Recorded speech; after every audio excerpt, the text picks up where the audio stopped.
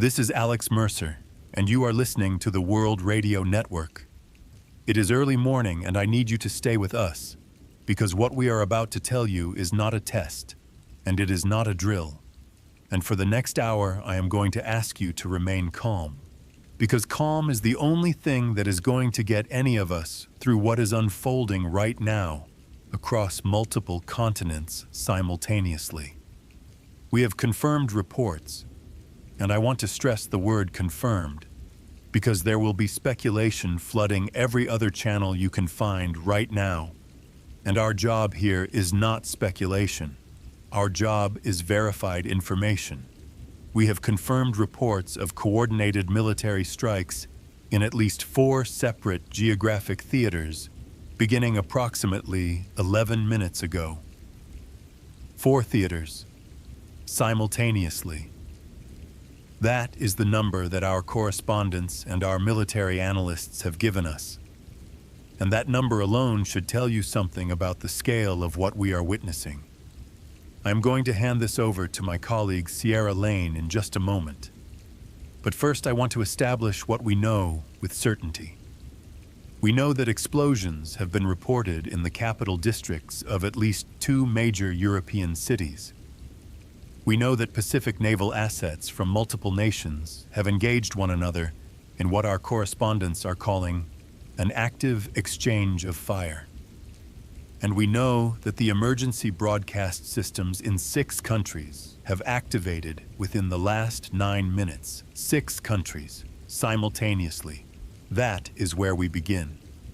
Alex, I want to add to that foundation you've laid because I think it's important that listeners understand immediately what this means, not just in terms of military coordinates and asset deployments, but in terms of people.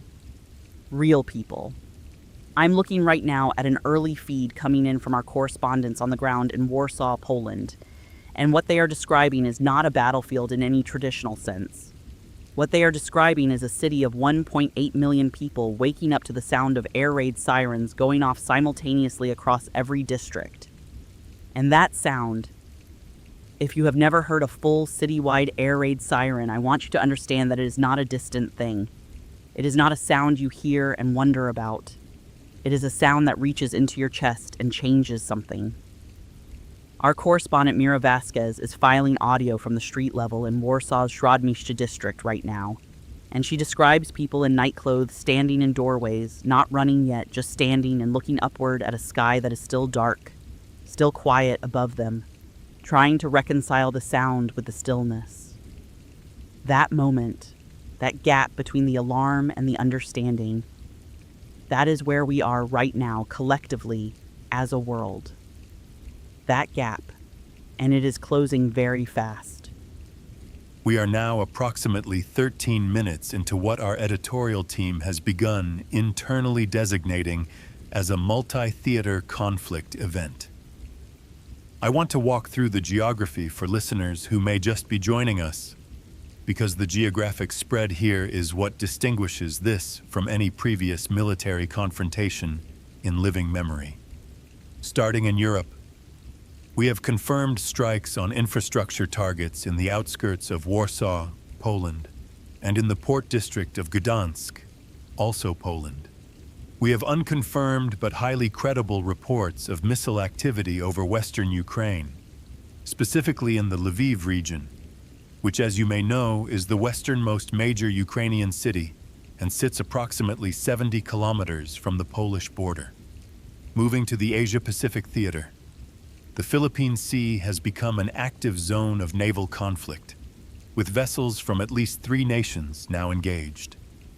We are not yet in a position to name all 3 nations with full confidence, but our naval correspondent Marcus Webb, who is embedded with Pacific Fleet observers, has confirmed that a destroyer-class vessel, nationality unconfirmed at this moment, has sustained significant damage approximately 240 nautical miles east of the Philippine archipelago. That is confirmed. Moving to the Middle East, we have reports, not yet confirmed to our editorial standard, of airspace violations over northern Saudi Arabia and simultaneous activity in the Strait of Hormuz, which, as any energy analyst will tell you, is one of the most strategically consequential waterways on the planet, carrying approximately 20% of the world's traded oil through a corridor that at its narrowest point is only 39 kilometers wide. 39 kilometers. We are watching that strait very closely. While Alex walks us through the strategic geography, I want to share something that came into our listener line about 4 minutes ago. We've been receiving messages since the first alert went out, and I'm going to read some of them to you as we receive them, because I think they matter. I think the voices of ordinary people in these moments matter as much as any geopolitical analysis. This first message comes from a listener identifying herself only as Katarzyna, writing from Krakow, Poland, which is approximately 300 kilometers south of Warsaw. She writes, and I'm translating from Polish here with the help of our translation team. She writes, I have put my children in the basement. My son is 7. My daughter is 4. My daughter asked me why we have to sit on the cold floor, and I told her we are playing a game. She asked when the game will be over. I do not know what to tell her. Please tell me what to tell her. I don't have an answer for Katarzyna right now. I wish I did. What I can tell you is that what she is doing, getting her children into an interior space below ground level, is precisely the right thing to do, and I want any listener in an affected area to hear that. Interior spaces, below ground if possible, away from windows. That remains the baseline guidance from every civil defense authority that has issued a statement in the last 10 minutes. We now have an official statement coming through from the Polish Prime Minister's office. This was issued approximately 4 minutes ago, and our Warsaw Bureau has just transmitted the full text. I'm going to read this in its entirety because official government statements are going to be the most important source of verified information tonight. Quote, the government of the Republic of Poland has activated its full emergency defense protocols in response to confirmed hostile military activity within and adjacent to Polish sovereign territory and airspace. All citizens are directed to follow existing civil defense guidance, seek shelter immediately, avoid unnecessary travel, and monitor official emergency broadcast channels. The Polish armed forces are engaged and operational. We are in active communication with NATO command and with all allied nations. We are not in a position to release further operational details at this time. The government of Poland will issue updates at regular intervals. We call upon all parties responsible for tonight's actions to immediately cease hostilities. Poland stands. End quote. That is the full statement. Short, deliberately vague on operational details, which is standard and expected. The phrase, actively in communication with NATO command, is significant. NATO's Article 5, the Collective Defense Clause, is the hinge on which the next several hours may turn. An attack on one NATO member is constitutionally treated as an attack on all NATO members. Poland is a NATO member. That is not an ambiguous situation. It is now somewhere around 16 or 17 minutes since the first confirmed reports, and I want to give our listeners who are just tuning in a sense of how this night began, because I think it matters that we understand how quickly orderly life can become something else entirely. About 22 minutes ago, before any public alerts had gone out, a shipping dispatcher in the port of Gdansk named... Our correspondent describes him as a man in his 50s who had worked the night shift at the port for over a decade. This man was processing routine container manifests when the lights in the Port Authority building went out. Not flickered, not dimmed, went out. The whole building. And then, according to our correspondent who reached him by mobile phone before that network became congested, he went to the window and saw that the entire port district, all the loading cranes, all the dock lighting, everything was dark. And then he heard the first explosion. He described it as feeling more than hearing it. A pressure change. A concussion you feel in your sinuses before you register it as a sound. He told our correspondent, and I'm quoting directly, I have worked this port for 23 years. I know every sound this place makes. That was not a sound this place has ever made before. He is currently sheltering in the Port Authority building's basement with 11 of his colleagues. His name is not being shared at his request. We're at approximately 18 minutes now, and I want to begin tracking the casualty picture as carefully as we can. I want to be absolutely clear about the methodology here, because in a situation like this, numbers will be thrown around widely and wildly. And our commitment to you is that we will only report numbers that come from specific, identified sources with some degree of verification. What we have at 18 minutes. Polish state emergency services have confirmed a minimum of 12 fatalities in the Gdańsk port district, all believed to be dock workers and port personnel who were in exposed positions at the time of the initial strike. 12 confirmed, likely to rise. We have unconfirmed reports from Ukrainian emergency services of casualties in the Lviv region, but we have not been able to independently verify any figure there yet, so we are not going to put a number on it yet. In the Pacific, the Philippine Coast Guard has reported 4 naval personnel recovered from the water following what is described as a vessel incident, nature unconfirmed, and the status of the remaining crew of that vessel is unknown. I want to say that again clearly. Unknown, not reported, not confirmed dead, unknown. That distinction matters. We're going to keep a running count as the night progresses, and we will update those numbers every time we have something verified. 12 confirmed fatalities in Poland. Additional casualties possible or likely across other theaters. That is where we stand at 18 minutes. I'm receiving an update right now from our correspondent in Seoul, South Korea. This is important because South Korea has not yet been mentioned as a directly affected area. But what our correspondent is reporting is that the civilian response in Seoul has been immediate and extraordinary. Seoul has one of the most sophisticated civil defense systems in the world. It has to, given its proximity to the Korean Peninsula situation. And what she is describing is a city of 10 million people moving simultaneously and with remarkable discipline into subway stations, basement shelters, and designated civil defense facilities. The subway system there, she says, has been designated as an emergency shelter network, and she is filing from the Gangnam station, which she describes as containing, her estimate, several thousand people who flooded in within the first 8 minutes of the national alert. She says the mood is tense but organized. She heard one woman crying. She heard one man leading what appeared to be a prayer in a low voice. She says most people are on their phones until the network began slowing about 3 minutes ago, and now most people are simply sitting, and some are holding each other, and some are watching emergency television feeds on the station's overhead screens, and everyone is doing the same thing that we are all doing right now, which is waiting to understand what is actually happening and how bad it is going to be. At approximately 20 minutes into this event, I need to report a significant development on the communication and infrastructure front. We are receiving confirmed reports that the Baltic undersea cable network, which carries a substantial portion of European telecommunications traffic and data infrastructure, has been severed at a minimum of 2 points. This is not a natural failure. Undersea cables do not fail simultaneously at multiple points without deliberate action. The severing of these cables is consistent with pre-conflict infrastructure targeting doctrine that military analysts have been warning about for years.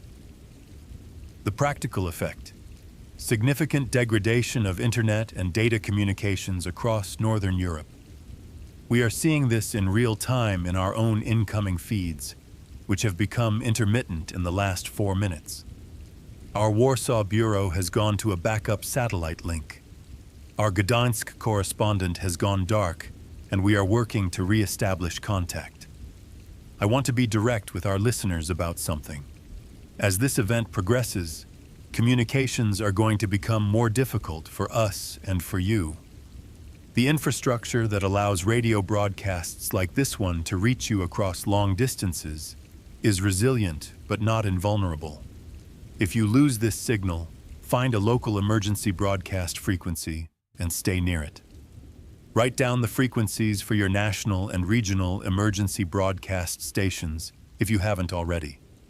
That is a practical instruction, and I mean it seriously.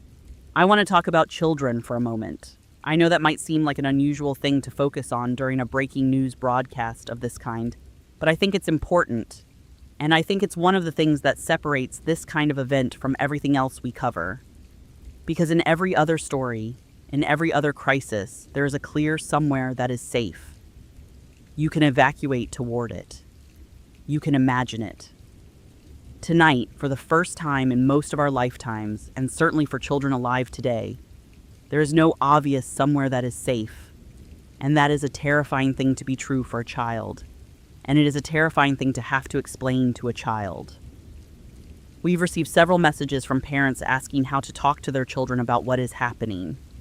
I spoke briefly with our network's consulting child psychologist during the break, and the guidance she gave is, be honest at an age-appropriate level. Don't lie. Children sense a lie in a crisis environment far faster than adults do, and a lie creates more fear than truth. Tell them that something serious is happening, that adults are working hard to keep everyone safe, and that your job, the parent's job, right now is to stay together. Stay together. That is the most important thing for any family to hear right now. Whatever is happening outside, whatever is going wrong in the world tonight, stay together. Everything that can be rebuilt is easier to rebuild if you stayed together. I need to update the timeline. We are approximately 24 minutes in now, and we have a new development that significantly expands the scope of what we are covering. NATO headquarters in Brussels, Belgium, has just confirmed, and this is their language issued 4 minutes ago, that it has invoked its Article 4 consultation mechanism, which is the step below Article 5, and allows member nations to call for immediate consultations when they believe their territorial integrity or security is threatened. 4 NATO members have simultaneously requested Article 4 consultation. 4. In the Alliance's 75-year history, Article 4 has been invoked a handful of times. 4 nations invoking it simultaneously is without precedent. The nations are Poland, Latvia, Lithuania, and Estonia. All 4 are on the eastern frontier of the Alliance. All 4 share borders or proximity to Belarus and Russia. NATO Secretary General. I'm not going to speculate on conversations happening inside that building right now, but I will tell you that every ambassador from every NATO nation will be in that building or on a secure line within the next 30 minutes. What Article 4 means practically is consultation. What it may lead to, and I say may, because these processes have never been tested at this speed and at this scale before, is Article 5. And Article 5 means what we all know it means. Something happened in the last 2 minutes that I think illustrates something important about human beings in crisis. Our correspondent in Riga, Latvia being one of the 4 nations that just invoked Article 4, she is filing from a central square in the city, and she's describing something unexpected. She expected, she says, to find people panicking. She expected chaos. What she found instead was a queue, a line of people outside the local civil defense building, waiting calmly and in order to receive shelter assignments and emergency supply kits. The line, she estimates, is several hundred people long. It is orderly. People are talking to each other quietly. An elderly man at the front of the line is holding an umbrella even though it is not raining. And she says she cannot explain why, but the sight of him standing there with his umbrella made her feel, for just a moment, that maybe the capacity for order and dignity that exists in human beings is not as fragile as we fear it is. People building something like community even in a moment of terror. That man with an umbrella. I want us to hold on to that image tonight, because I think we are going to need it. Updating casualty figures and infrastructure reports. We are at approximately 27 minutes. Confirmed fatalities in Poland have risen to 29, according to the Polish Interior Ministry's latest emergency release. This rise is significant and consistent with what we would expect as first responders begin to assess the Gdansk port district, where the primary strikes occurred. We have now received our first confirmed infrastructure casualty beyond the communication cable severing. The Gdansk-Gdynia highway interchange has been severely damaged, consistent with a secondary strike or with damage from the initial explosion propagating to adjacent structures. That highway interchange is a critical logistics node for northern Poland. Closing it complicates emergency response significantly. Power is reportedly out across approximately 60% of the Tri-City metropolitan area. That's Gdansk, Gdynia, and Sopot combined, with a population of about 750,000 people. The Polish grid operator has issued a statement saying that controlled blackouts are being implemented in unaffected areas to protect grid stability. That is a sophisticated grid management response, and it tells us that the Polish infrastructure authorities were prepared for this scenario to some degree. The question is whether preparation is enough when you are 27 minutes into something that has no historical precedent.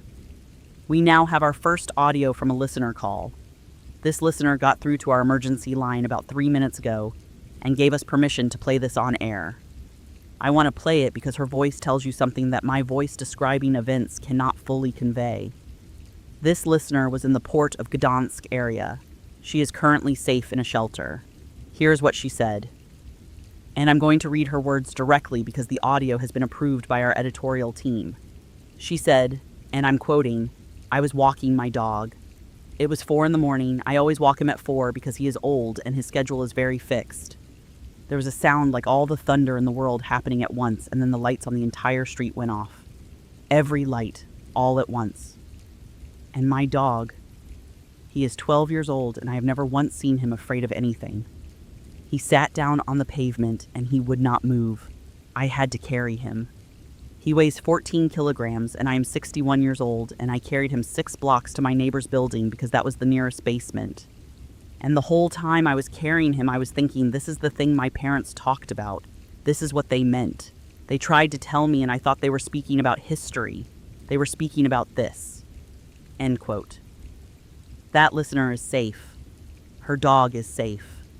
And she asked us to tell her parents, who she was not able to reach by phone, that she is safe. We will do that if we can. We're coming up on 30 minutes since initial reports, and I want to give a comprehensive status sweep because listeners who have been with us since the beginning deserve a summary, and listeners who are just joining us need a foundation. Confirmed active military engagement zones: northern Poland, specifically the Gdansk port region and the surrounding Pomeranian district. The Philippine Sea, approximately 200 miles east of the Philippine archipelago, where a naval engagement between vessels of at least 2 nations is ongoing. The Strait of Hormuz, where we now have confirmed reports of a maritime incident involving a commercial tanker and what is being described by maritime monitoring sources as a naval vessel of unspecified nationality firing on it.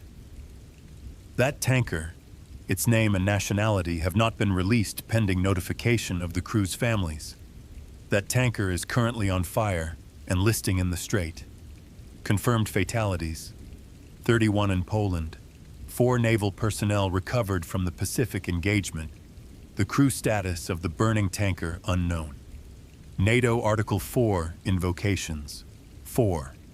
Government emergency declarations: Poland, Latvia, Lithuania, Estonia, and as of 4 minutes ago, Finland. Finland's declaration is significant because Finland joined NATO relatively recently, and its border with Russia spans 1,300 kilometers.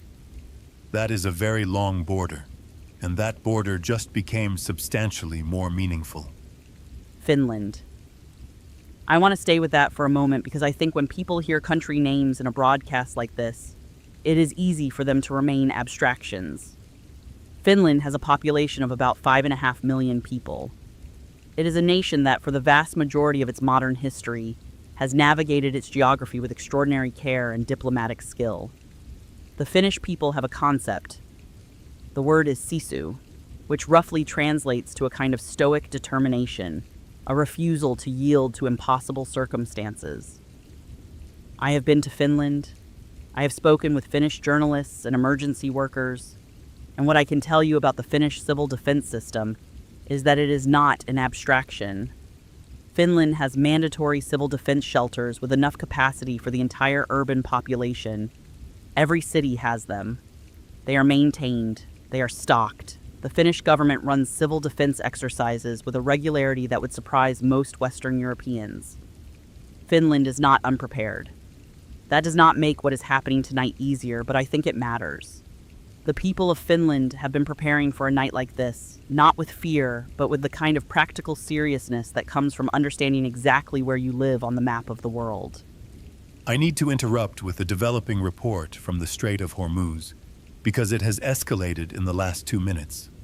The commercial tanker, now identified as a very large crude carrier, which means it is one of the largest class of ships on the ocean, capable of carrying 2 million barrels of oil. That tanker is now confirmed to be sinking. A very large crude carrier sinking in the Strait of Hormuz is not simply a maritime tragedy. It is a potential waterway obstruction. The Strait of Hormuz, at its narrowest point, as I mentioned, is 39 kilometers across, and the navigable shipping channel within that is considerably narrower. A sunk VLCC in the wrong position can effectively close that strait to shipping. If the Strait of Hormuz closes, even temporarily, we are looking at the immediate disruption of energy flows to Asia, Europe, and North America simultaneously. Oil markets were already reacting before this development, and I expect they will react more dramatically now. The crew of that tanker, our last confirmed information is that a distress signal was received by Omani maritime authorities, indicating that an evacuation was underway. We do not have numbers. We do not have survival status. We will update you the moment we have anything. At about 35 minutes now, and I want to acknowledge something that I think our listeners deserve honesty about. There's a quality to this broadcast, and to every broadcast I have listened to tonight, and to every message flooding into our inbox right now, a quality of waiting, of bracing. Because all of us, whether we are journalists or listeners in a basement in Krakow, or a man with an umbrella in Riga, or a woman carrying her dog through dark streets in Gdansk, all of us are doing the same thing right now. We are waiting to understand the full shape of what this is. And I have been in this industry for 22 years, and I have covered wars and disasters, and I have never once, not once, felt the particular quality of this particular weight. Because what we are all sensing, underneath the professional language and the verified numbers and the calibrated statements, what we are all sensing is that the world that existed at 3:45 this morning is not the world that is going to exist at 5 in the morning. Something fundamental has changed. Something that cannot be unchanged. And I think honesty requires us to say that, even while we don't yet know the full shape of what it becomes.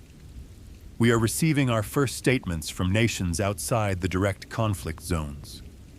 The United States has issued an emergency communication from the White House Situation Room indicating that the President has been briefed and that the National Security Council is in emergency session. The statement does not contain a military posture declaration, which at this stage I would expect, and its absence suggests that the United States government is in the information gathering phase and is not yet prepared to publicly characterize what it will do. The People's Republic of China has issued a statement calling for, and I'm reading the translation here, an immediate cessation of all hostile activities and a return to diplomatic channels. China's statement is notably neutral in its characterization of responsibility. No attribution, no condemnation of any specific party. This is consistent with China's typical diplomatic language in escalating situations, and its meaning at this stage is not entirely clear. Russia has not issued a public statement. I want to be very careful here because the absence of a statement is not itself evidence of anything, and we are not going to speculate about Russian involvement based solely on the absence of a denial. What I will say is that the military and geopolitical analysts we have reached tonight, every one of them, has noted the silence as significant. I have a message from a listener in Vilnius, Lithuania, Lithuania being one of the 4 nations that invoked Article 4. And this listener writes, "My grandfather survived the Soviet occupation. He is 91 years old and he lives with us. Tonight, when the alerts went off, he got up from bed and began packing a bag. He did not ask questions. He did not look confused. He simply began packing, moving around the apartment with a purpose that I have never seen in him. He packed documents first: birth certificates, identity papers, the deed to the house in the countryside. Then he packed a photograph of my grandmother who died in 1998. Then he packed food. Then he said, 'We go to the cellar now,' as if he had been waiting, as if some part of him had been waiting every single day for 91 years for this moment to come again. I helped him down the stairs. He is very frail, but tonight he moved like a young man. In the cellar, he looked at me and said something in Russian, his first language. And I asked him to translate it for me, and he said, 'The first hour is always the worst because you don't know yet. After the first hour you know, and you can begin.'" That message is from Vilnius. The listener's name is Tomas. His grandfather's name I am not sharing because Tomas did not give it to me. But that grandfather is in a cellar in Vilnius right now, and he has survived something like this before, and he says the first hour is always the worst because you don't know yet. We are at approximately 40 minutes, and I need to report a significant escalation in the Pacific theater. Our naval correspondent Marcus Webb has now established a satellite connection and is filing directly. He is reporting that the engagement in the Philippine Sea has expanded from what initially appeared to be a bilateral exchange to what he is now characterizing as a multilateral naval confrontation involving surface vessels from at least 3 distinct nations, as well as submarine activity detected by the Philippine Navy's acoustic monitoring systems. Submarine activity. That is a qualitative escalation of significant importance because submarine engagement doctrine is fundamentally different from surface vessel exchange. Submarines engage with different weapons, with different strategic implications, and with considerably less visibility to outside observers. Webb is reporting that the Philippine government has declared a maritime exclusion zone extending 250 nautical miles from the Philippine coastline, which is an extraordinary step with significant implications for commercial shipping throughout Southeast Asia. He is also reporting, and I want to flag this is one source and we are working to corroborate it, that there is a report of a land-based missile launch from a coastal installation, direction and target not yet confirmed. One source, unconfirmed. But we are reporting it to you because in this environment, you deserve to know what we know as we know it, including our confidence level. If you are listening to this broadcast and you have family or friends in any of the areas we are covering tonight, Poland, Latvia, Lithuania, Estonia, Finland, the Philippines, the Hormuz region, I want to address you directly. I know you are trying to reach them. I know your phone is not connecting, or it is connecting and ringing and there is no answer. I want you to understand why. The cellular networks in affected areas are not destroyed. They are overwhelmed. When every person in a major city attempts to make a phone call simultaneously, the network simply does not have the capacity. This is a technical reality. It is not the same as the network being down. Texts and short messages have a better chance of getting through than voice calls because they require less bandwidth. If you are trying to reach someone in an affected area, send a short text. Send it and wait. Do not send 20 texts in sequence. Send one and then wait, and then send another in 5 minutes. If you have any data connection at all, messaging apps that work over internet protocol rather than traditional cellular, any of the standard messaging applications. Those may have more success than a traditional phone call. And if you cannot reach someone, try not to interpret that silence as confirmation of the worst. Lines are overwhelmed. Silence tonight is most likely silence, not the other thing. I have a government statement that has just come in, and this one is different in character from what we have seen so far. This is from the Estonian Ministry of Defense, issued approximately 6 minutes ago. I'm reading it now.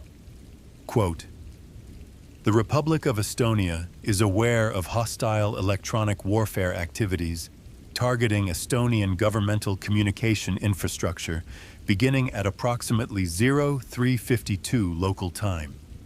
These activities, consistent with state-level cyber capabilities, have been partially countered by Estonian cyber defense units operating in concert with allied agencies.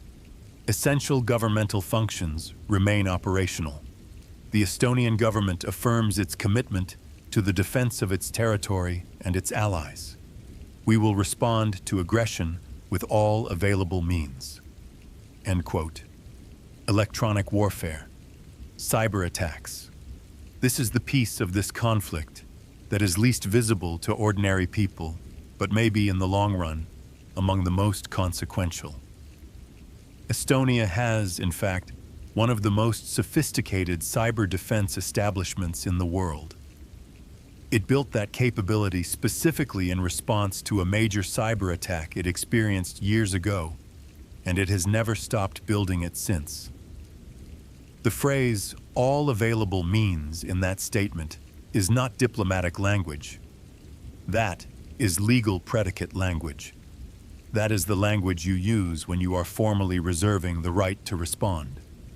We are now, I believe we're at about 45 minutes into this, and I want to update what we know about civilian movement and the refugee situation that is beginning to develop, because the word refugee is one that we typically use in the context of ongoing, established conflicts.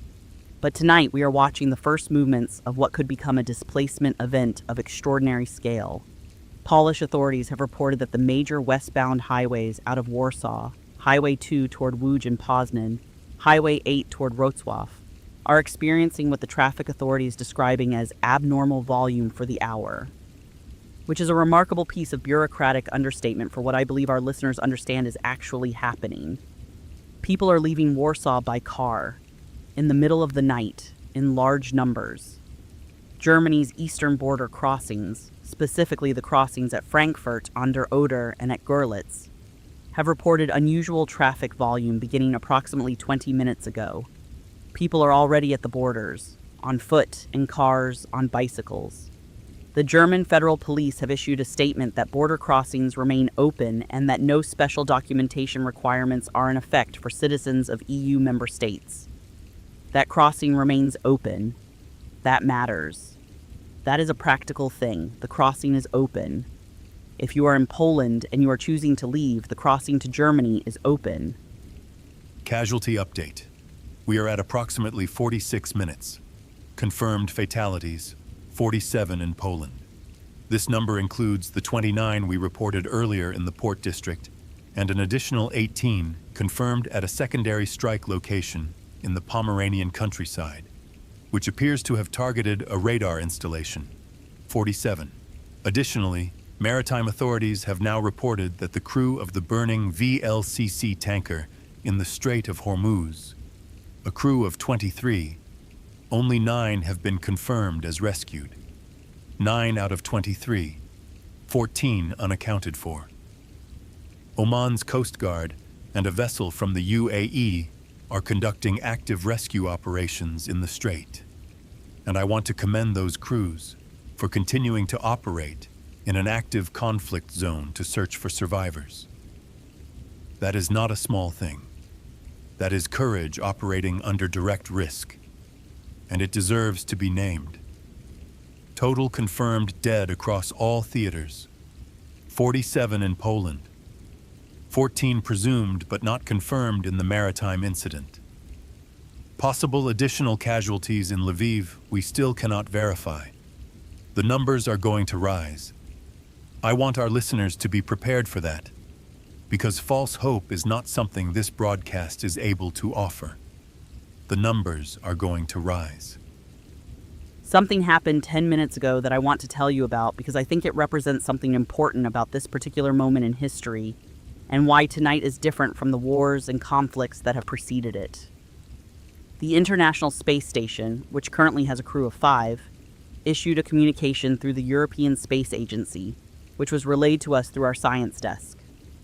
The crew of the ISS, orbiting approximately 400 kilometers above the Earth, transmitted a brief message indicating that they could observe, and I want to read this exactly, concentrated illumination events consistent with large-scale explosions on the European and Persian Gulf surfaces of the Earth during their most recent orbital pass. They are watching this from space. From 400 kilometers up in orbit, the crew of the International Space Station can see the explosions happening on the planet below them. The ISS crew is from multiple nations. I'm not going to list them because in this moment their nationalities feel less important than their shared perspective. They are watching a planet begin to fight itself from the only vantage point from which the entire planet is simultaneously visible. I don't know what to do with that image except to hold it. And to say, from 400 kilometers up in the dark, the Earth is one thing. At approximately 50 minutes now, I need to report what may be the most significant development of the last half hour. A press briefing has been called by the Russian Ministry of Foreign Affairs for 30 minutes from now. They have announced, and this is verbatim, a statement of the highest national security importance. That phrasing has been used by the Russian Foreign Ministry on 3 occasions in the past 15 years. Each occasion was associated with a major escalation or policy declaration. We do not know what will be announced. We will carry it live. The announcement of that briefing has already moved markets. European futures markets that were functioning are in free fall, and oil prices have spiked to a level not seen since the early days of previous major conflicts. I want to hold off on characterizing what this briefing might contain because speculation here is genuinely dangerous, and I am not willing to contribute to it. What I will say is that a statement from Russia, at this moment, in this context, will be the most important thing said publicly in the world tonight, and we will carry every word of it. While we wait for that briefing, I want to share something that came to us through our network's Asia-Pacific Bureau, filed by our correspondent in Manila, the capital of the Philippines. Manila is approximately 1,200 kilometers from the active naval engagement zone, and our correspondent Claudia Reyes, she has been with this network for 16 years, is describing what she is seeing in the city right now. She says the mood in Manila is hard to characterize in a single word. She says there is fear, yes. There is uncertainty. But there is also something else, something she calls an almost defiant normalcy. She describes a woman selling rice cakes from a cart in front of a closed convenience store, and people are buying them. She describes 2 teenage boys playing basketball in an empty lot under a single streetlight that is still working. She describes a priest standing in the open door of a church that has its lights on, and people are going in, not running, just walking in and sitting down. She says the church is half full at 4 a.m. And the priest is not giving a sermon. He is not saying anything. He is just standing in the doorway with his hands at his sides. And people are walking past him and into the church and sitting down. And she says that is the most honest thing she has seen tonight. People walking toward the lit doorway. We have an update from NATO headquarters. A spokesperson has confirmed, just in the last 2 minutes, that NATO's nuclear planning group has been convened in emergency session. I want to be absolutely clear about what that means and what it does not mean. The convening of the nuclear planning group does not mean that nuclear weapons have been deployed, are being deployed, or are imminently being deployed. The Nuclear Planning Group is a standing body of NATO that meets regularly and also convenes in crisis situations to advise alliance leadership on nuclear posture considerations. It is a consultative body. Its convening is consistent with standard crisis management protocol at this level of threat. However, I also will not pretend to our listeners that the convening of that particular group, in this particular moment, carries no meaning. It carries meaning. It means that the Alliance's leadership believes the situation has escalated to a level that warrants review of nuclear contingency considerations. That is where we are at 53 minutes. At 53 minutes into this event, the NATO Nuclear Planning Group is in emergency session. I want our listeners to hear that clearly and calmly, and I want them to understand that the existence of that group and the robustness of that process is, in fact, one of the stabilizing features of the international architecture that was built after the last World War precisely for nights like this one. I've been receiving messages from medical personnel throughout this broadcast, and I've been holding them because I wanted to find the right moment, and I think now is right. A doctor writing from a hospital in Tallinn, Estonia, Estonia's capital, which has not been directly struck, but which is operating on full emergency protocols. This doctor writes, "I have been in emergency medicine for 19 years. Tonight, my hospital has been on emergency standby since the first alert, less than an hour ago. It feels like 3 hours. We have received 14 patients from anxiety and panic responses, cardiac events, hyperventilation, one elderly patient who had a fall while evacuating to an interior room. No trauma patients yet, but we have cleared every elective surgery suite, and we are prepared for mass casualty intake. My staff, nurses, technicians, orderlies, every single person on shift tonight volunteered to stay when I told them what was happening and that they could leave if they needed to. Every single one stayed. I want you to know that. We are here. We are ready. We will be here." Signed with his first name only, Henrik, Dr. Henrik in Tallinn. His hospital is ready. His staff stayed. Every single one. We are at 57 minutes. We have a significant update regarding infrastructure in the Baltic region. The Ignalina area, which is in Lithuania, and which was once home to a major nuclear power installation, has had its power grid in the surrounding district fail completely, separate from the Warsaw area blackout we reported earlier. This is now a second major grid segment failure in the Baltic European corridor, and our energy infrastructure analyst has just joined us on a satellite line. She confirms that what we are seeing is consistent with what she calls cascading grid stress, when a major load is suddenly removed from or added to an interconnected grid system.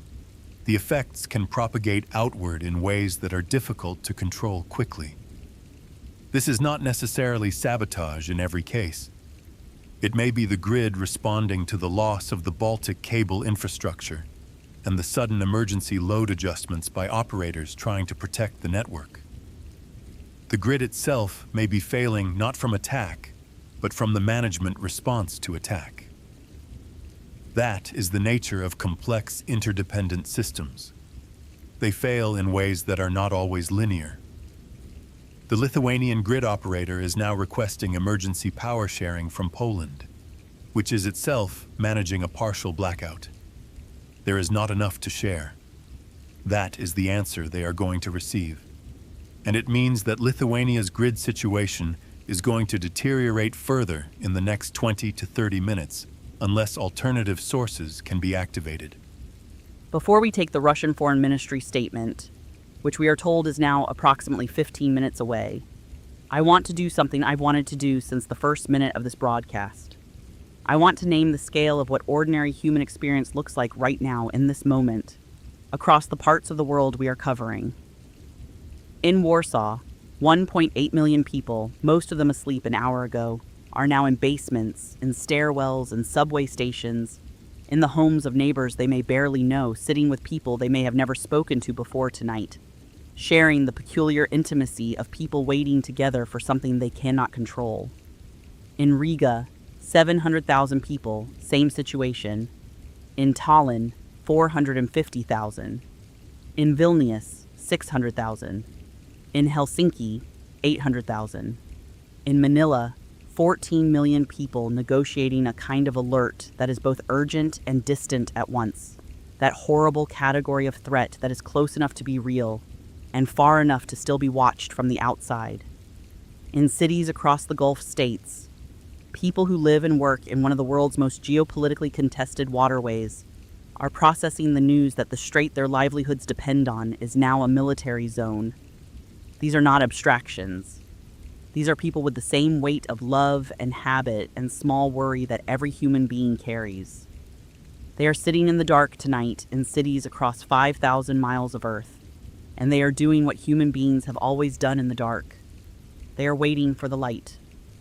We are approximately 59 minutes into this event, and in just a moment, we will carry the Russian Foreign Ministry statement live. Before we do, I want to offer one piece of verified information that has just reached our desk, and that I think our listeners deserve to hear before the next chapter of this night opens. A ceasefire signal has been transmitted. It is limited in scope. It applies specifically to the naval theater in the Philippine Sea, and it has been transmitted by the International Crisis Management Channel, which is a standing diplomatic frequency established specifically for military de-escalation. The signal was transmitted approximately 9 minutes ago, and our Pacific correspondent is reporting that the firing in the Philippine Sea appears to have paused. Paused, not ended. Paused. It may be a ceasefire. It may be a reload. It may be communication. We do not know yet. But in an hour that has contained nothing but escalation, a pause is something. It is a very small something at the edge of a very large darkness. But it is something real, and we are going to name it, and we are going to hold on to it with the same careful hands we have held everything tonight. A pause. In the Philippine Sea. 9 minutes ago. The Russian Foreign Ministry statement is beginning to transmit now, and we're going to carry it live. Our translator is working in real time. I'm going to remain quiet while Alex takes us through it. The statement is beginning. I am receiving it through our Moscow bureau in real-time translation. The speaker is the Russian Deputy Foreign Minister. He is reading from a prepared text. Quote, "The Russian Federation addresses the world in this hour of grave consequence. Russia did not initiate the hostilities that have begun tonight. Russia condemns the coordinated attacks on Polish territory as provocations designed to create the conditions for a broader conflict. Russia has been subject to continuous military encirclement by the NATO alliance over a period of years, and Russia has responded with restraint that has now been rewarded with an attempt to draw this federation into a conflict not of its making. Therefore, the Russian Federation announces the following. First, Russia is mobilizing defensive military assets along its western and northern borders. This mobilization is defensive in nature and will remain so unless Russian territory or Russian personnel are directly threatened. Second, Russia calls for an immediate international conference under United Nations auspices to establish the facts of tonight's events and to determine responsibility. Third, Russia issues a direct communication to all NATO member states. We do not seek escalation. We seek security. If NATO moves offensive assets toward Russian borders, Russia will respond with all means at its disposal to ensure Russian sovereignty. All means." End quote. He has stopped reading and stepped away from the podium. All means. That phrase was in the statement of the Estonian Defense Ministry tonight as well. All means. It is the diplomatic language for a very specific thing, and everyone in every government in the world heard it. The briefing is over. No questions were taken. All means. I need a moment with that phrase because I think our listeners deserve honesty about what it represents and also honesty about what it does not necessarily represent.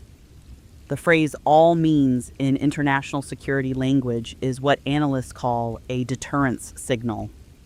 It is language designed to be heard, to create uncertainty in adversaries about exactly what the responding nation is willing to do. It does not mean a decision has been made. It means do not assume we have decided anything is off the table. That is its function. The function of that language is to create hesitation, to slow down decision cycles in adversary governments, to buy time for diplomacy. At least that is what that language has been designed to do for 75 years of the nuclear era. Whether it will perform that function tonight in this particular escalation with these particular actors and these particular stakes, that is the question that every government official and military commander on Earth is asking themselves right now in secure rooms all over the world. I have no answer to that question. I don't think anyone has an answer to that question yet. But I have to believe, that there are people in those rooms on all sides who understand what all means actually means, and who are sitting with that understanding and making very careful choices. I believe we are at approximately 63 minutes. I want to give our listeners a comprehensive account of where this stands, because we are past the first hour now, and the man in Vilnius, Tomas's grandfather, 91 years old in his cellar, he said the first hour is the worst because you don't know yet. After the first hour, you know, and you can begin. So let me tell you what we know. What we know, confirmed, verified, with specific sources. There has been a deliberate military strike on the port infrastructure of Gdańsk, Poland, by hostile actors whose identity has not been officially confirmed, but whose capabilities are consistent with state-level military assets. That strike has killed 58 people as of the last update from Polish emergency services. 58. The Baltic undersea cable network has been severed at multiple points, degrading communications across Northern Europe. Power grids in Poland and Lithuania are partially failed and at risk of further failure. 4 NATO members have invoked Article 4.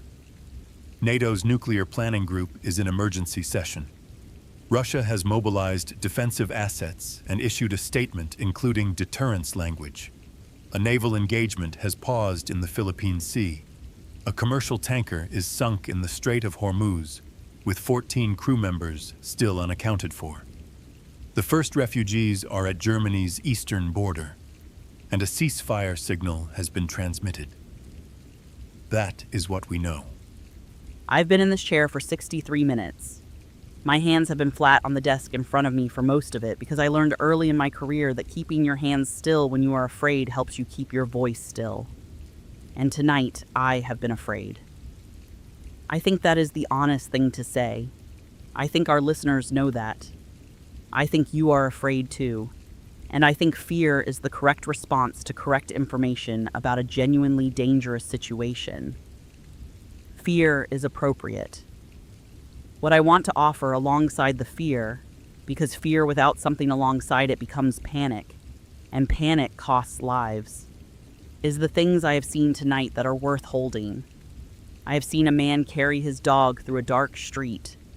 I have seen a woman stand in a queue with dignity in the middle of a crisis. I have seen a grandfather who survived a lifetime pack his papers and lead his family to safety because his hands remembered what to do. I have seen a priest stand in a lit doorway. I have seen a hospital staff stay. Every single one. I have seen a ceasefire signal transmitted across a military frequency in the Philippine Sea, and I have seen the guns go quiet. These things exist alongside the other things tonight. Both are real, both matter. Hold on to both. In the hour that followed the first 60 minutes of this conflict, and I am now able to report on that hour and its conclusion, because the arc of this night is something I can now describe to you with the clarity that Tomas's grandfather promised would come. The following occurred.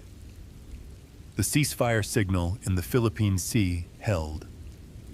Naval commanders on both sides, eventually identified as vessels from China and the United States, operating under ambiguous orders from governments that were themselves in the process of rapid crisis communication. Those commanders, without instruction, and later with the blessing of their respective governments, maintained the pause.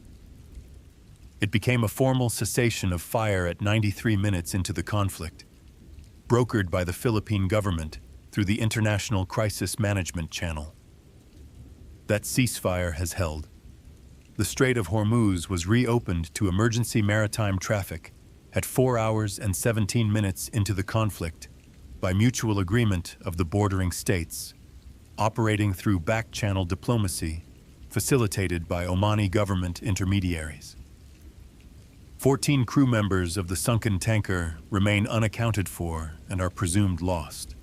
The European theater escalated for another 40 minutes before the most important phone call of the 21st century was made between the American president and the Russian president through the emergency direct line that has existed for decades for exactly this purpose.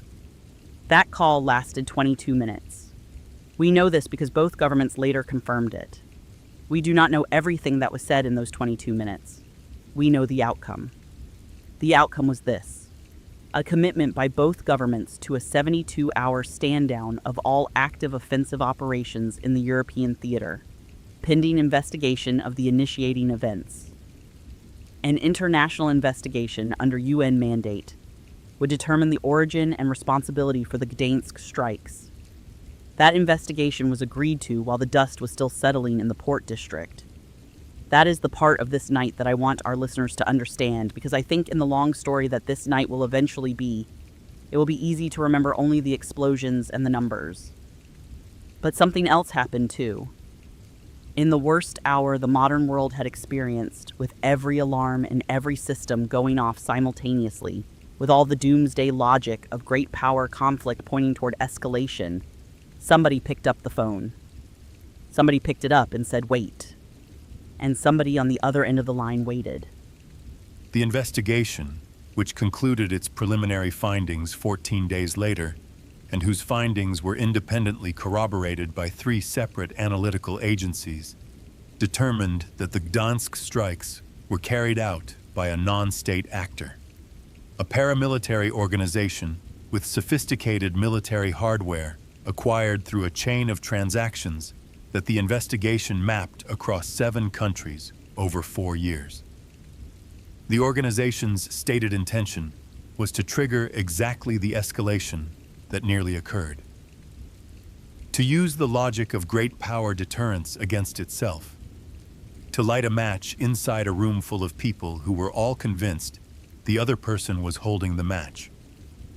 They nearly succeeded. The investigation named the organization. The nations whose supply chains were implicated cooperated, to varying degrees, with the follow-up operations. The leaders of that organization were apprehended over the following 8 months. The cost of this night, as best as it has been tallied: 58 people killed in the Gdansk port district and surrounding area, 14 crew members lost with the tanker in the Hormuz, 9 naval personnel killed or missing across the Philippine Sea engagement, 4 civilian fatalities in the chaos of evacuation in Poland, traffic accidents in the dark on overwhelmed highways. The electrical infrastructure damage to Poland, Lithuania, and Estonia cost those countries months of economic strain. The Baltic cable severance disrupted regional communications for 11 days. 600,000 people crossed from Poland into Germany and other Western EU states in the 72 hours following the events, and the majority returned home within 3 weeks. No country was lost. No government fell. No nuclear weapon was deployed or moved toward deployment. The world did not end. That is not nothing. That is not a small thing. That is almost everything. In the days and weeks and months that followed, there were debates, furious, necessary, ongoing debates, about how this had been allowed to happen. about how military systems had come so close to autonomous escalation before human decision-making had reasserted itself. About what the near miss meant for every doctrine and treaty and deterrence calculation of the previous century. Those debates are not over. They should not be over. They should never be over, because the alternative to that conversation, the alternative to never being done asking how close we came, is complacency. And complacency is what this organization built its plan on. Complacency is the gap between the alarm and the understanding. We spent 63 minutes in that gap. We came out the other side, not unscathed, not unchanged, but out. Tomas from Vilnius wrote to us again 3 days after this broadcast. He said his grandfather, once they came up from the cellar and the stand-down was announced, sat in the kitchen and ate a piece of bread with butter and salt in total silence for a very long time. And then he said something in Russian, and Tomas asked him to translate it, and the old man said, "Every time I think it is the end, it turns out to be the beginning of something else." Tomas said he didn't know if that was wisdom or just stubbornness, and his grandfather said maybe those are the same thing. The woman from Gdansk wrote to say that her dog has been sleeping more than usual since that night, but is otherwise fine. Dr. Henrik in Tallinn wrote to say that not one of his staff members has left the hospital in the weeks since, and that applications to the emergency medicine program at Tallinn University went up significantly in the following admission cycle. The priest in Manila, our correspondent, tracked him down and asked what he had been thinking, standing in that doorway. He said he had not been thinking anything. He said he just didn't want the door to be closed. That was all. He just didn't want the door to be closed. This is Alex Mercer. This has been the World Radio Network's coverage of the events of this morning. Our final numbers: 85 confirmed dead across all theaters, 0 nations lost. One very long night. The world continues. Stay informed. Stay together. Good morning. This is Sierra Lane. We are going to take a short break. Keep your radio on. We will be right here.